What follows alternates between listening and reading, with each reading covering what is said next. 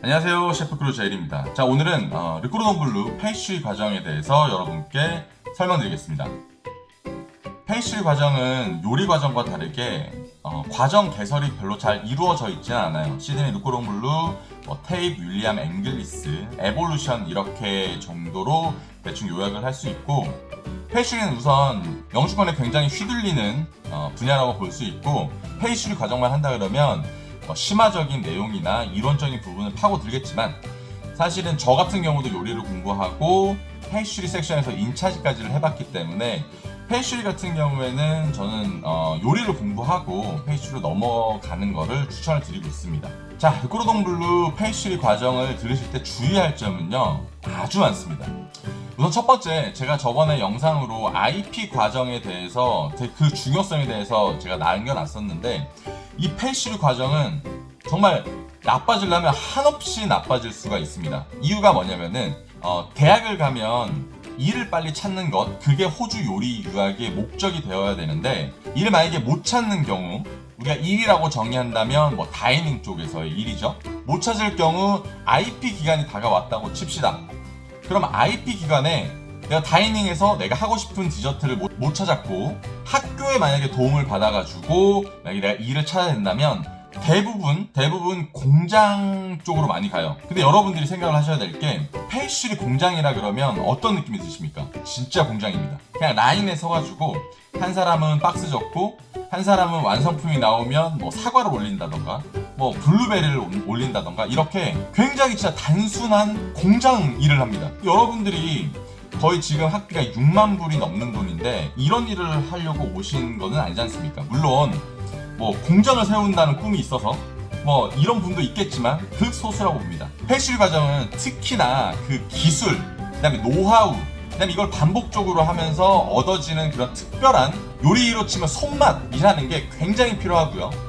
레시피를 정확하게 따라할 수 있는 스킬, 단 1g 차이로 엄청난 결과물이 달라질 수 있기 때문에 이게 되게 반복적이고 정확하게 이루어져야 되는데, 다이닝에서만 그런 거를 볼 수 있단 말이죠. 물론 호텔의 연회장이나 이런 데를 가면 기술이 늘긴 하지만 호텔이나 공장 이런 데는 큰 양을 많이 하기 때문에 기술을 익힌다기보다는 많은 양의 음식을 어떻게 하면 조리를 할 수 있을까, 이런 거를 배우는 거예요.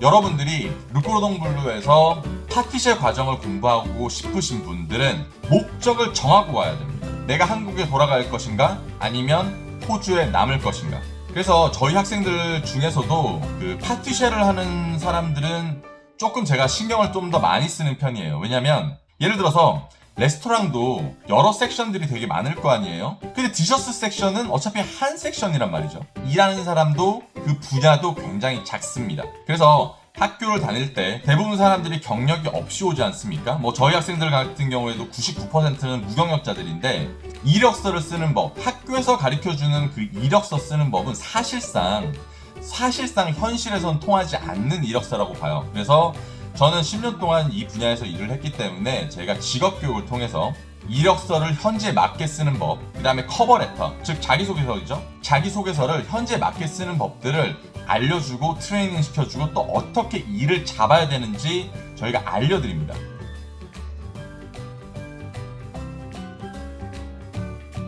그냥 와서 유학을 와서 내가 일을 구해야 되겠다라고 생각하면 사실은 어려워요.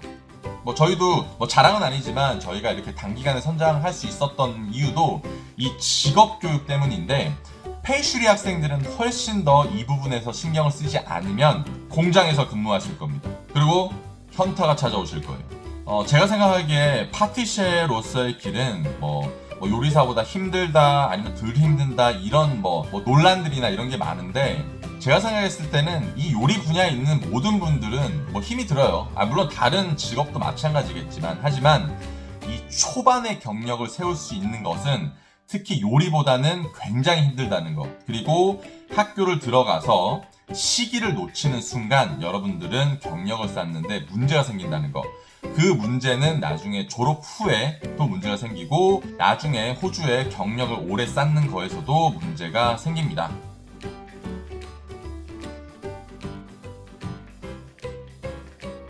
첫 번째는 여러분들이 페이스트리 과정을 일단은 선택하기 전에 저랑 상담을 하셔서 요리 과정에 대해서도 조금 생각을 해보셨으면 좋겠고, 두 번째는 한국으로 돌아갈까 아니면 호주에 남을까, 혹은 내가 어떠한 스타일의 파티셔가 되고 싶나 라는 거를 좀 상담을 하셔서 길을 정하셨으면 좋겠습니다.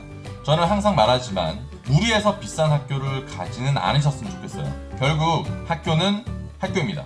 실전하고 굉장히 달라요. 밑에 제 연락처나 이메일 주소가 있으니까 언제든지 상담을 원하시면 저에게 연락을 주십시오. 아시죠? 자, 오늘도 건강한 하루 되시고, 자, 오늘이 12월 25일입니다. 메리 크리스마스입니다.